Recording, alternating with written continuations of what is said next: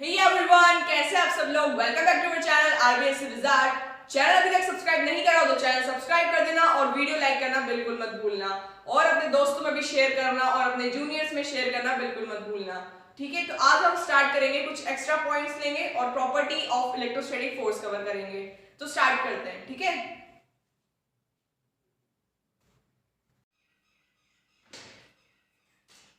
Okay, तो अब हम बात करेंगे, एक एक्स्ट्रा नोट लिख लो यार। एक्स्ट्रा तो मत डालो, नोट लिख लो, इंपॉर्टेंट है ये, ठीक है।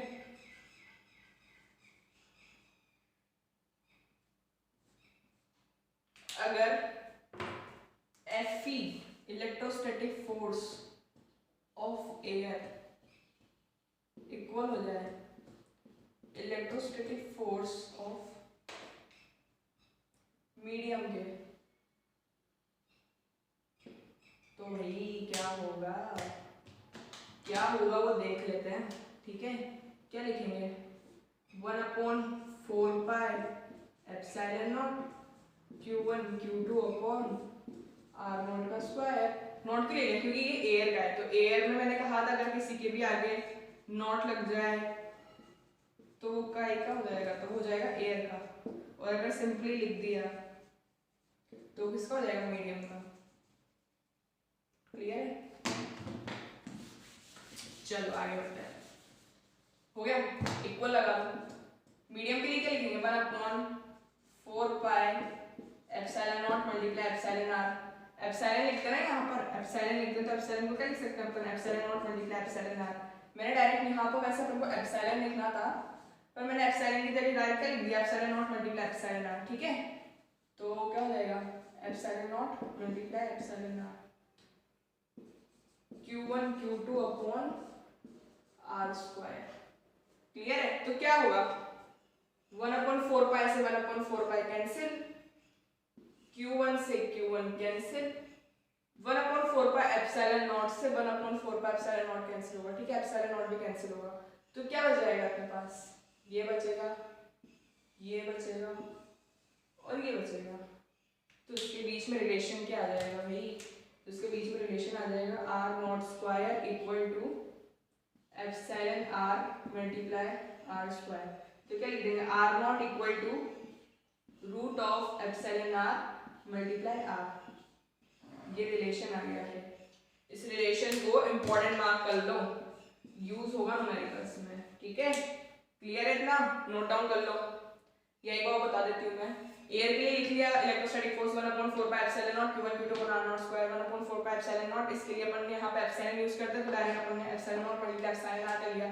कैंसिल करके 1/4 एप्सिलॉन नॉट से 1/4 एप्सिलॉन नॉट, एप्सिलॉन आर बचा उतार लिया, आर स्क्वायर बचा उतार लिया, आर नॉट स्क्वायर बचा उतार लिया। इधर से स्क्वायर हटा के रूट लगाते हैं, तो रूट लगाएंगे एप्सिलॉन आर के ऊपर रूट आ जाएगा, तो स्क्वायर जो डबल होता है किसी का भी तो कैंसिल हो जाता है, ठीक है। इसके ऊपर स्क्वायर होता है तो इसको कैंसिल कर देते हैं, ठीक है। तो इसका स्क्वायर कैंसिल होकर डायरेक्ट आर आ जाएगा। क्लियर है, चलो आगे बढ़ते हैं, नोट डाउन कर लो। अब लिख लो short notes of electrostatic force. यार, short notes of electrostatic force, पता ही हो गया होगा, तो सिंबल एफ होता है इलेक्ट्रोस्टैटिक फोर्स का, ठीक है। तो क्या होगा, पहले लिख लेते हैं Fe in air या स्पेस। क्या हो जाएगा,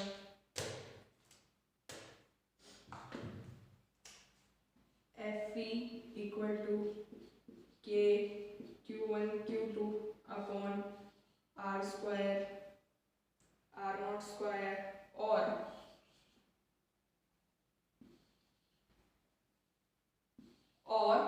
1/4 epsilon naught Q1 Q2 upon R square. Clear है, K की जगह रख दिया 1/4 एप्सिलॉन नॉट, बाकी पीछे का पीछे सेम आर नॉट का स्क्वायर, ठीक है। और क्या हो जाएगा, 9 × 10⁻⁹ Q1 Q2 upon R naught का स्क्वायर। क्लियर है? तो ये सब हो जाएंगे आपके फॉर्मूले इलेक्ट्रोस्टैटिक फोर्स, क्योंकि के की वैल्यू आपको पता है ना क्या क्या होती है। के की वैल्यू होती है 9 × 10⁻⁹ newton metre square upon coulomb square और 1/4πε0। ठीक है, और ये भी लिख लो 1/4πε0 मल्टीप्लाई εr और 1/4πε। ठीक है, ये बाद में वैसे मैं लिखा दूंगी, पर अभी आपको जनरल डिटेल देने के लिए, ताकि आप कंफ्यूज ना हो। ओके, अब लिखेंगे इलेक्ट्रोस्टैटिक फोर्स इन मीडियम। क्या हो जाएगा? Fe in medium.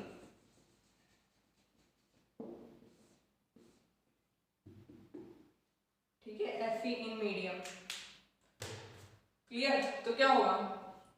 Fe medium के लिए एम लिख लो, के Q1 Q2 upon R square और 1/4πε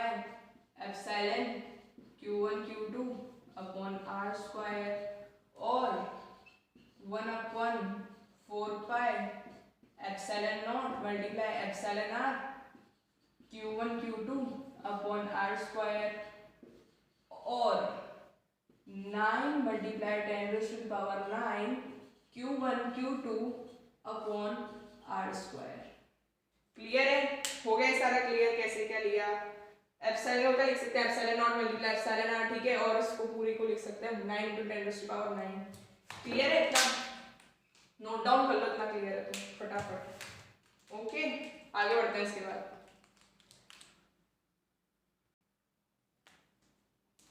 ठीक है, नेक्स्ट लिखते हैं थर्ड पॉइंट।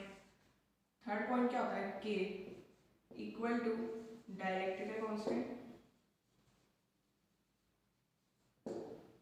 डाइलेक्ट्रिकल कांस्टेंट और इलेक्ट्रोस्टैटिक फोर्स कांस्टेंट। क्या होता है? K equal to 9 × 10⁻⁹ newton metre square upon coulomb square. ठीक है, नेक्स्ट लिखेंगे इसका फॉर्मूला। फोर्थ पॉइंट हो जाएगा फॉर्मूला ऑफ के डाइलेक्ट्रिकल कांस्टेंट। ठीक है, क्या हो जाएगा फॉर्मूला? K equal to 1/4πε0। ठीक है, ये किसके लिए हो जाएगा? फॉर स्पेस और एयर। ठीक है, नेक्स्ट हो जाएगा K इक्वल टू 1/4πε और 1/4πε0 मल्टीप्लाई εr। ये किसके लिए हो जाएगा? मीडियम के लिए। ठीक है, ये हो जाएगा मीडियम के लिए। क्लियर है? अब तो पूरा जो भी इलेक्ट्रोस्टैटिक फोर्स पढ़ा उसकी पूरी समरी देख लो भैया। ठीक है, और यार मेरे जो लेक्चर्स है ना, अपने किसी फैमिली मेंबर में, जो भी आपके जूनियर्स रहते हैं, जो भी आपके छोटे भाई बहन रहते हैं, उनमें शेयर कर देना। और जो भी आपके जूनियर्स आने वाले हैं, जो 11 से 12 में आने वाले हैं, किसी को आप जानते हो तो उसमें भी शेयर कर देना, उसके लिए हेल्पफुल रहेगा। ठीक है, और मेरे लिए भी। ओके, ज्यादा बच्चों ज्यादा तो पढ़ाने में मजा आता है यार। ठीक है ना, इसलिए और वैसा कुछ रीजन नहीं है। ओके, तो यार नोट डाउन कर लो इसको, नेक्स्ट पढ़ते हैं आगे। इसके बाद डेफिनेशन पढ़ेंगे डाइलेक्ट्रिकल कांस्टेंट की, इसके रेशियो की। ठीक है, इतना लिख लो।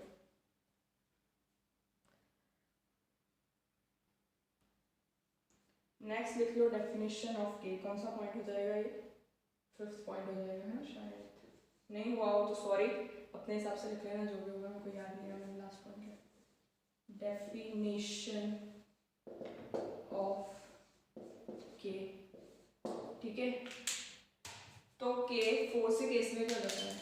के become F naught upon F. Electrostatic force in free space, black से लिख लेते हैं यहाँ, ठीक है. Electrostatic force in free space to the electrostatic force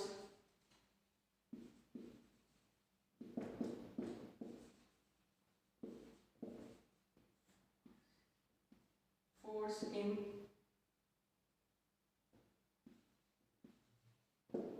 medium. ठीक है. नेक्स्ट हो जाएगी K equal to epsilon upon epsilon naught. इसका जस्ट उल्टा हो जाता है, ठीक है. तो क्या हो जाएगा, ये permittivity of medium to the permittivity of space.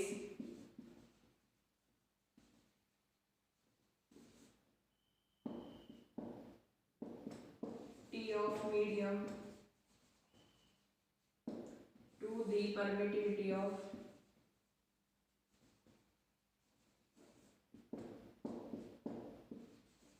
space or air. ठीक है. इसकी डेफिनेशन तो आप खुद ही बना सकते हो, कुछ रखना नहीं है, ठीक है. Directivity constant is the ratio of electrostatic force in free space और air to the electrostatic force in medium. ठीक है. और एक और लिख सकते हो, directivity constant is the ratio of permittivity of medium to the permittivity of free space और एयर. क्लियर है. लिख लो इतना. एक और लिख लो, 6th पॉइंट और डाल लो.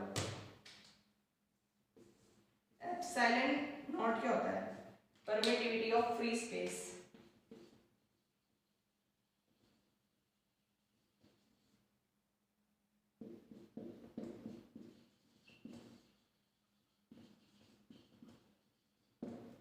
तो रहना है, चेंज ही कर देते हैं. Permittivity of space. ठीक है. तो इसकी वैल्यू क्या होती है, 8.85 into 10⁻⁻12 coulomb square upon newton into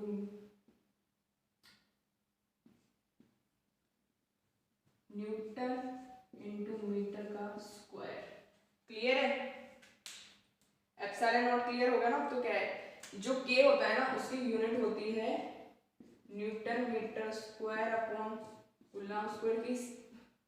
इसकी जस्ट उल्टी होती है इसकी परमिटिविटी ऑफ फ्री स्पेस की. ठीक है ना. ऐसे याद रखना, नोट डाउन कर लो इतना. आगे बढ़ते हैं फिर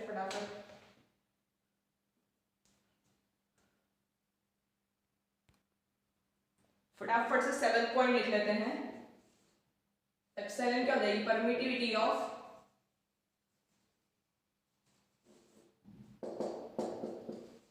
मीडियम. Permittivity of medium. ठीक है. तो क्या हो जाएगी, epsilon equal to epsilon naught multiply epsilon R. ठीक है. इसकी यूनिट क्या हो जाएगी, यूनिट हो जाएगी इसकी हाँ, coulomb square upon newton into metre square. ठीक है. क्लियर. वही यूनिट हो जाएगी सेम. नेक्स्ट पॉइंट ले लो, 8th पॉइंट. ठीक है. 8th पॉइंट में क्या लिखेंगे हम, एप्सिलॉन आर के बारे में बात करेंगे. एप्सिलॉन आर क्या होता है, रिलेटिव परमिटिविटी.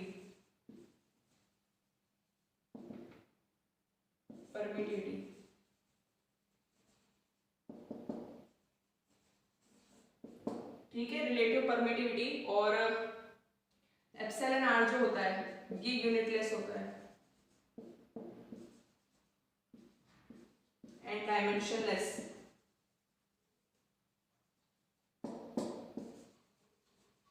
ठीक है. यूनिटलेस होता है, डायमेंशनलेस होता है. ठीक है. लिख लो ये 8 पॉइंट्स. ये आपका इलेक्ट्रोस्टैटिक्स ओवर नहीं ओवर हुआ है, ये इलेक्ट्रोस्टैटिक्स फोर्स ओवर हुआ है. Coulomb's law, electrostatic force. ठीक है. पूरा शॉर्ट नोट्स वगैरह लिखवा दिया. अब एक और चीज पढ़नी है हमें, electrostatic force in vector form. Electrostatic force को वेक्टर फॉर्म में समझना है, वो काफी इंपॉर्टेंट है. जिसकी बात पढ़ने वाले हैं अपन, फटाफट नोट डाउन कर लो. ओके. चलो. तो हम नेक्स्ट टॉपिक लेंगे, study electrostatic force in vector form. Study electrostatic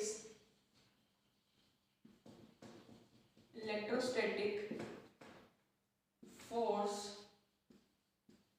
in vector form. Clear? तो सबसे पहले क्या करेंगे, हम देखेंगे, ग्राफ ले लेंगे एक, ये ले ली वाई एक्सिस, ये ले ली एक्स एक्सिस, ठीक है, ये भी वाई एक्सिस, दो पॉइंट चार्ज ले लेंगे, ये हो जाएगा हमारा Q1, ये हो जाएगा हमारा Q2, ठीक है। Q1 जो होगा भाई ये हो जाएगा R1 डिस्टेंस पर, ठीक है ना, और जो Q2 होगा वो होगा R2 डिस्टेंस पर, ठीक है। Q1 पॉइंट ले लिया हमने, एक ग्राफ ले लिया, ओरिजिन ले लेंगे यहाँ पे 0,0, ठीक है। y एक्सिस ले लिया, x एक्सिस ले ली, एक पॉइंट यहाँ ले लिया, एक पॉइंट यहाँ ले लिया, एक ले लिया Q1, एक ले लिया चार्ज Q2, दो चार्ज रख दिए, Q1 Q2, Q1 है ओरिजिन से R1 डिस्टेंस पर और Q2 है ओरिजिन से R2 डिस्टेंस पर, ठीक है। मिला लो भाई, दोनों बीच के डिस्टेंस क्या होता है R, ठीक है। अब क्या होगा, अब सुनना ध्यान से, अब क्या होगा, इसको नाम दे लो, ये हो जाएगा A दे दो, इसको दे दो B दे दो, ठीक है। अब क्या हो रहा है, फोर्स किस पे लग रहा है, चार्ज 2 पे, जिस पे फोर्स लग रहा है उसको पहले लिखो और जिसकी वजह से लग रहा है उसको बाद में लिखो, ठीक है। तो ये लग रहा है इस पे फोर्स, ठीक है, फोर्स लग रहा है इस पे, किस पे लग रहा है, 2 पर लग रहा है, किसकी वजह से, 1 की वजह से। ये लाइक चार्जेस दिए हमने पहले, सेम चार्जेस, ठीक है, दोनों पॉजिटिव पॉजिटिव होंगे या दोनों नेगेटिव नेगेटिव होंगे, ठीक है, दोनों ले लिए सेम चार्ज। अब बी पर ये क्या लगेगा, यहाँ पर ये क्या करेगा, रिपेल करेगा ना इसको, तो रिपेल करेगा तो कहाँ आएगा, बाहर, ठीक है। इस पर ये इसको रिपेल करेगा तो कहाँ जाएगा, इधर बाहर, ठीक है। तो फोर्स किस पे निकाला है, 2 पर, किसके वजह से लगा है, 1 की वजह से, क्लियर। इस पे क्या लगेगा, इस पे भी लगेगा फोर्स,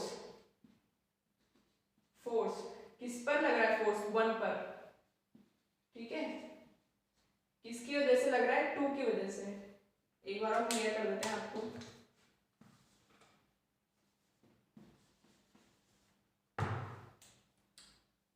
ये पॉजिटिव चार्ज है, मान लो ये पॉजिटिव रखा है और यहाँ भी पॉजिटिव है, तो पॉजिटिव पॉजिटिव क्या करेगा, रिपेल, तो रिपेल करेगा तो कहाँ आएगा, बाहर, तो बाहर आएगा तो फोर्स निकालेंगे, बाहर फोर्स लगेगा, किस पे लग रहा है, 2 पर, किसकी वजह से, 1 की वजह से, तो 1, यहाँ पे देखो, यहाँ लग रहा है ये पॉजिटिव चार्ज है, पॉजिटिव पॉजिटिव क्या करेगा, रिपेल, तो कहाँ आएगा, बाहर, किस पे लग रहा है चार्ज, 1 पे, किसकी वजह से, 2 की वजह से, ठीक है। अब डिस्टेंस नापने के लिए क्या करना है, इसकी डिस्टेंस लेंगे यहाँ से, किसकी, पहले मान लो इसकी लेंगे, किसकी लेंगे, इसकी, तो इसकी लेंगे यहाँ से, तो यहाँ से इसकी डिस्टेंस आएगी इस डायरेक्शन में, ठीक है, इस डायरेक्शन में आएगी इसकी डिस्टेंस, कहाँ से लेंगे, पॉइंट बी से तो नापेंगे ना इसकी डिस्टेंस, ए से कैसे नाप सकते हैं इसकी डिस्टेंस, तो इसकी डिस्टेंस नापेंगे पॉइंट बी से, तो पॉइंट बी से आएगी इसकी डिस्टेंस R12, जो यहाँ लिखा हुआ है नंबर वही यहाँ पे आएगा। इसकी डिस्टेंस कहाँ से नापेंगे, इसकी डिस्टेंस आएगी तो यहीं से कैसे शुरू कर सकते हैं डिस्टेंस, सामने वाले चार से लेंगे ना इसकी डिस्टेंस, तो सामने वाले चार से इसकी डिस्टेंस क्या आएगी, R, जो यहाँ लिखा हुआ है ना वही यहाँ लिखना है, 2 1, क्लियर है इतना। तो मैं इसकी वो लिखा देती हूँ आपको, तो आपका F12 क्या होगा, F12 होगा आपका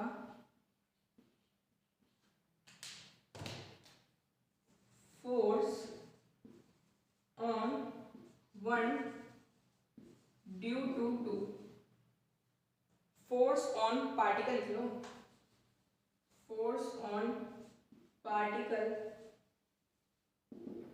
1 ड्यू टू पार्टिकल 2, किस पे लग रहा है, 1 पर, किसकी वजह से, 2 की वजह से, तो फोर्स ऑन 1 किस पे निकाला है, 1 पर, किसकी वजह से लग रहा है, 2 की वजह से, तो फोर्स ऑन 1 ड्यू टू 2, किसकी वजह से, 2 की वजह से, ठीक है, क्लियर है। तो अब हो जाएगा F21, ये हो जाएगा force on particle 2 due to particle 1, किस पे लग रहा है फोर्स, 2 पर लग रहा है, किसकी वजह से लग रहा है, 1 की वजह से, तो इसलिए 1 बाद में आएगा। Force on particle 1 due to particle 2, ठीक है। अब F21 क्या हो जाएगा, ये हो जाएगा position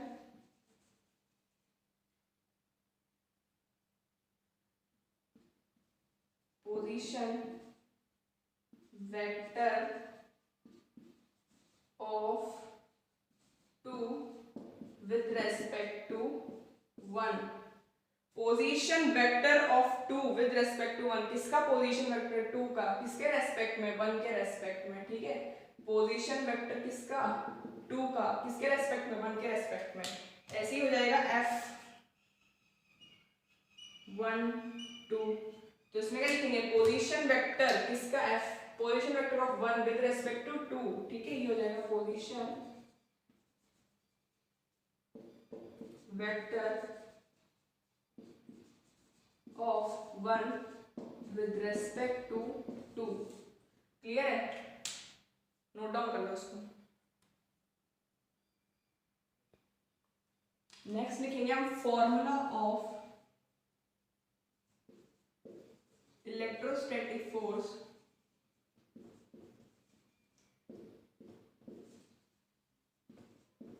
in vector form.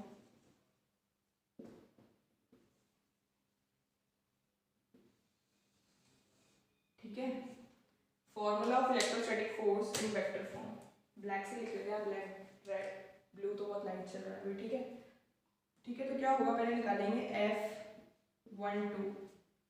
F12, ठीक है।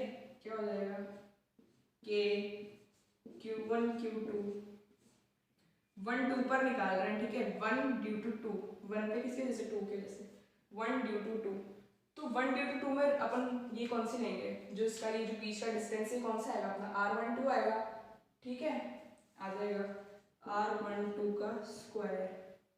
अब क्या करना है, वेक्टर में क्या इसकी डायरेक्शन भी बतानी रहती है, तो डायरेक्शन शो करते हैं हम यूनिट वेक्टर से। यहाँ एक्सप्लेन कर देती हूँ, यूनिट वेक्टर से, ठीक है। तो इसका फॉर्मूला क्या होता है, यूनिट वेक्टर का फॉर्मूला होता है, ब्लैक से लिख देते हैं या फिर ब्लैक से लिख देते हैं, R cap equal to R vector upon R, ठीक है। R cap R vector upon R, ठीक है। तो यहां भी क्या लगा देंगे हम, R कैप 1 2 है, तो यहां भी 1 2 लिख देंगे, क्लियर है। नेक्स्ट जाएंगे अब हम नीचे और करके लिखेंगे, अब इसको आगे प्रोसीड करेंगे। इसको लिखना है इस फॉर्म में, कैसे लिखेंगे, जाएंगे F, चलो मत लिखो ऐसे, 1 2 इक्वल टू, अब यहाँ तुमने वेक्टर दिखा दिया, अब तुमने यहाँ पे ही दिखा दिया ना यूनिट वेक्टर, तो यहाँ पे क्या लग जाएगी, अब वेक्टर, तुमने इसकी क्या दिखा दी, डायरेक्शन, तो डायरेक्शन दिखाते ही F पे क्या लग जाएगा, वेक्टर, यहाँ मत लगाओ, नीचे लगा देना, ठीक है। Q1 Q2 अपॉन R12 का स्क्वायर मल्टीप्लाई, अब इस फॉर्म में लिखेंगे ना अपन, तो क्या हो जाएगा, R12 vector upon R12, clear है। डायरेक्ट नॉर्मल R लिख दिया ना, तो नॉर्मल R लिख दिया, पहले वेक्टर में लिखना तो वेक्टर करके लिख दिया।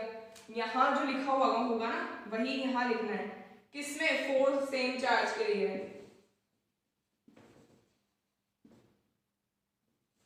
सेम चार्ज के लिए, अनलाइक चार्ज जब होंगे तो ये पलट जाएगा, F12 की जगह आ जाएगा 2 1, अगर तुमने F12 लिखा है तो यहाँ हो जाएगा 2 1, पर किसके केस में, अनलाइक के केस में, इसमें लाइक है तो यहाँ हो जाएगा F12, ठीक है। तो अब नेक्स्ट क्या होने वाला है, नेक्स्ट होगा F12 equal to K Q1 Q2 upon, ये सेम है तो क्या हो जाएगा, क्यूब, R12 का क्यूब R12 वेक्टर, ये आ गई इसकी वेक्टर फॉर्म। इलेक्ट्रोस्टैटिक फोर्स को वेक्टर फॉर्म में ऐसे लिखेंगे। वेक्टर फॉर्म में लिखने के लिए क्या करना पड़ेगा, यूनिट वेक्टर लगा देना है, ठीक है। यूनिट वेक्टर लगा लिया, इस पर भी वेक्टर लगा देंगे, फिर इधर वेक्टर लगाया, इधर भी वेक्टर लगा देंगे, R12 लिखने, यूनिट वेक्टर का ये बता ही दिया मैंने तुम्हें, फॉर्मूला ये होगा, देख लो, क्लियर है इतना। आई होप क्लियर हो गया होगा अब तक, तो नोट डाउन कर लो इसको। जो भी मैंने यूनिट वेक्टर का फॉर्मूला बताया था ना आपको इलेक्ट्रोस्टैटिक फोर्स का, उसको अपन एक और फॉर्म में लिख सकते हैं। तो पहले क्या कंसीडर करेंगे, हम ट्रायंगल कंसीडर कर लेंगे। ओ लिख देना है, इस पॉइंट को, इस कोऑर्डिनेट को ओ बना देना है, इसको बी ले लिया, इसको ले लिया, तो ट्रायंगल ओ बी ए क्या लिखेंगे, इन ट्रायंगल ओ बी ए क्या होगा, R2 plus R12 plus R1। Unit vectors तो पढ़े होंगे ना 11th क्लास में, पढ़े तो बहुत अच्छा रहेगा। तो उसमें क्या करेंगे अपन, R2 plus R12 equal to R1। तो R12 क्या हो जाएगा, R1 minus R2, R1 minus R2। तो तुम Fe लिखोगे ना, Fe12, तो क्या लिखोगे, के Q1 Q2 अपॉन R12 की जगह क्या लिख सकते हो तुम, R1 माइनस R2 का Q और R1 माइनस R2 का क्या, वेक्टर। क्लियर है, R12 की जगह क्या लिख सकते हो तुम, R1 माइनस R12, ठीक है, वेक्टर लगा लो इन सब पे। क्लियर है, लिख लो। नेक्स्ट पढ़ेंगे अपन R21 पे, फोर्स ऑन 2 ड्यू टू 1 निकालेंगे, ठीक है, इसको नोट डाउन कर लो।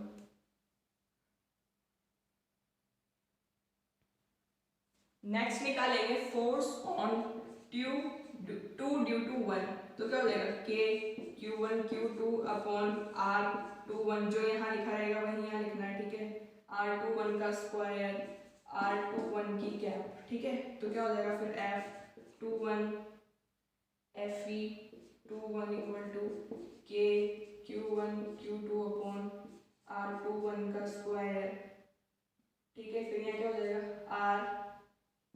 R21 वेक्टर अपॉन R21, देख लो जैसे, ठीक है। इसके बाद क्या हो जाएगा, Fe21 इक्वल टू के Q1 Q2 अपॉन R21 का Q multiply R21 vector. Clear है, ये हो जाएगी इसकी वेक्टर फॉर्म, यहाँ वेक्टर लगा दो। क्लियर होगा ना। अब तो जो यहाँ लिखा रहेगा वो भी वो यही लिखना है, सेम चार्जेस के लिए, ऑपोजिट चार्ज में यहाँ जस्ट उल्टा हो जाएगा, ठीक है। चलो लिख लो इतना, बाकी इसको भी बता देती हूँ आपको, इसको इम्पोर्टेंट मार्क कर देना, ठीक है। इसके बाद लिख लेते हैं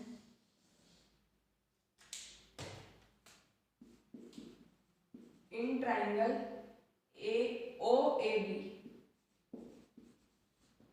R1 प्लस इधर से जा रहा है R21 इक्वल टू R2, ठीक है। तो R21 equal to R2 minus R1, vector बना दो इनके ऊपर,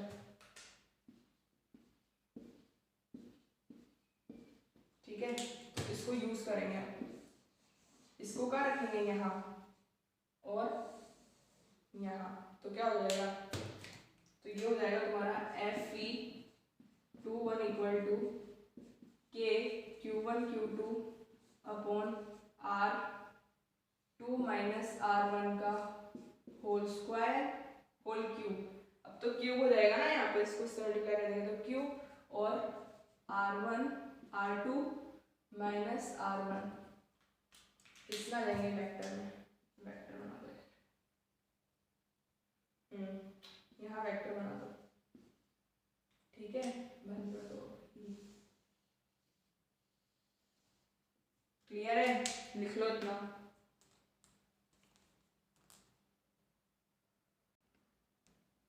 एक और बात सुनो, इसको इक्वेशन नंबर 2 दे देना, ठीक है। ये इक्वेशन नंबर 2 हो जाएगी, और इससे पहले वाली जो लिखी थी ना हमने R1 माइनस R21, उसको इक्वेशन 4, इसको इक्वेशन 1 दे देना, ठीक है। उसको इक्वेशन 1 देना है, उसको इक्वेशन 2 देना है, जो सेम ऐसी वाली लिखी थी अपन में, ठीक है। लिख लो इतना। अपन ने वो सब ऊपर करा था, उसके बाद आपको लिख लेना from equation 1 and 2 we conclude that, हम ये निष्कर्ष निकालते हैं कि फोर्स ऑन 1 ड्यू टू 2 और force on 2 due to 1, so both having same magnitude, magnitude मतलब पॉजिटिव है दोनों, ठीक है। Magnitude but opposite in direction, opposite है।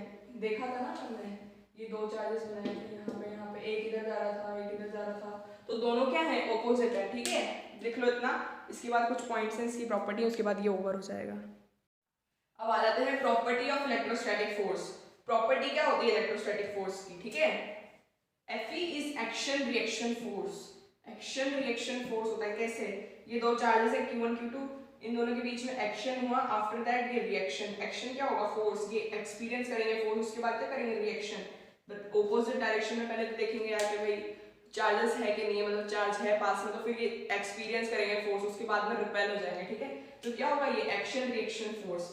Fe is action reaction force, action reaction force है ये, and they are always exerted from same line of action। किससे exit होते हैं ये, सेम लाइन ऑफ एक्शन से। ये क्या है, ये दो चार्जेस, तो ये लाइन क्या है, सेम लाइन ऑफ एक्शन है। लाइन क्या जा रही है, ये straight same line of action जा रही है ये। ठीक है, तो इसको क्या कहेंगे, सेम लाइन ऑफ एक्शन। ये दो चार्ज रेडी Q1 Q2, एक ऊपर जा रहा है, इधर ऊपर रिपेल कर रहा है, एक नीचे रिपेल कर रहा है, तो क्या लिखेंगे, action reaction force plus same line of action नहीं है। लाइन ऑफ एक्शन इसकी, तो लाइन ऑफ एक्शन ये है और इसकी लाइन ऑफ एक्शन ये है, तो सेम लाइन ऑफ एक्शन नहीं है। ठीक है, और यहाँ पे क्या है, लाइन ऑफ एक्शन सेम है, तो action reaction plus same line of action. Clear है इतना, दो तीन पॉइंट्स और उसके बाद और क्लियर कर लेते हैं हमको फटाफट। ओके, तो नेक्स्ट थर्ड पॉइंट देख लो, electrostatic force follow Newton law of motion third. कौन सा लॉ फॉलो करता है ये, NLM थर्ड। क्लियर है, नेक्स्ट आ जाएगा electrostatic force doesn't affected by neighbourhood charge. जो इलेक्ट्रोस्टैटिक फोर्स होता है वो आसपास का जो चार्ज होता है उससे अफेक्ट नहीं होता है। ठीक है, तो क्या होता है, doesn't affected by neighbourhood charge. ठीक है, फिफ्थ पॉइंट टिक डाल के लिख लो, अगर दो लाइक चार्ज होंगे तो इलेक्ट्रोस्टैटिक फोर्स में नंबर सेम होगा। दो लाइक चार्जेस हैं, ठीक है, Q1 Q2 पॉजिटिव है दोनों, तो यहाँ F12 आया ना, तो यहाँ भी 12 आएगा, यहाँ भी 12 आएगा, और यहाँ भी, यहाँ 21 की बात कर रहे थे, यहाँ 21 आएगा और यहाँ भी 21 आएगा। ठीक है, ये ट्रिक है, याद रख लेना है, इससे आपको याद आ जाएगा। ठीक है, नेक्स्ट सिक्स्थ पॉइंट लिख लेते हैं।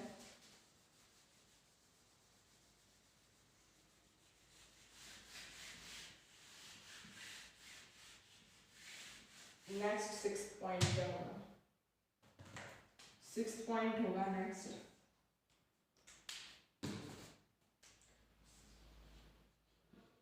अगर दो अनलाइक चार्ज होंगे तो इलेक्ट्रोस्टैटिक्स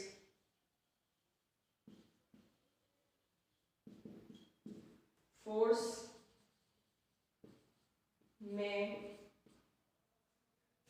नंबर चेंज होगा। कैसे होगा भाई, देख लेते हैं। ये होगा चार्ज Q1, ये होगा चार्ज Q2, R डिस्टेंस पे ले लिया दोनों को। ठीक है, ये हो गया पॉजिटिव, ये हो गया नेगेटिव। ठीक है, अनलाइक चार्जेस आ गए दोनों। ओके, तो इसका F12 क्या होगा, K Q1 Q2 upon R, जो यहाँ पे लिखा है ना इसका उल्टा, R21 का स्क्वायर R21 क्या। ठीक है, और नेक्स्ट क्या होगा, एंड F21 का होगा K Q1 Q2 upon R, इसका उल्टा। ठीक है, R12 का स्क्वायर R12 कैप। क्लियर है, लिख लेना। ये हिंदी में से लिखा है क्योंकि यार कभी आपने भी महसूस किया होगा किसी भी चीज में कुछ भी लिखा हुआ है सामने आपके, ठीक है, इंग्लिश में भी लिखा हुआ है, हिंदी में भी लिखा हुआ है, तो अपन कौन सा ज्यादा प्रेफर करते हैं, हिंदी में पढ़ना है यार। मेंटेलिटी ऐसी बनी हुई है हमारी कि हम हिंदी में पढ़ना ज़्यादा प्रेफर करते हैं। तो यार ये दोनों पॉइंट्स हैं, हिंदी में लिख लो, कुछ चीज़ें हिंदी में भी लिखी होनी चाहिए अपने नोट्स में, तो अपन को याद रहेंगी वो लॉन्ग टर्म में। ठीक है, ट्रिक डाल लेना, इसको भी इंपॉर्टेंट है ये भी। ओके, नोट डाउन कर लो।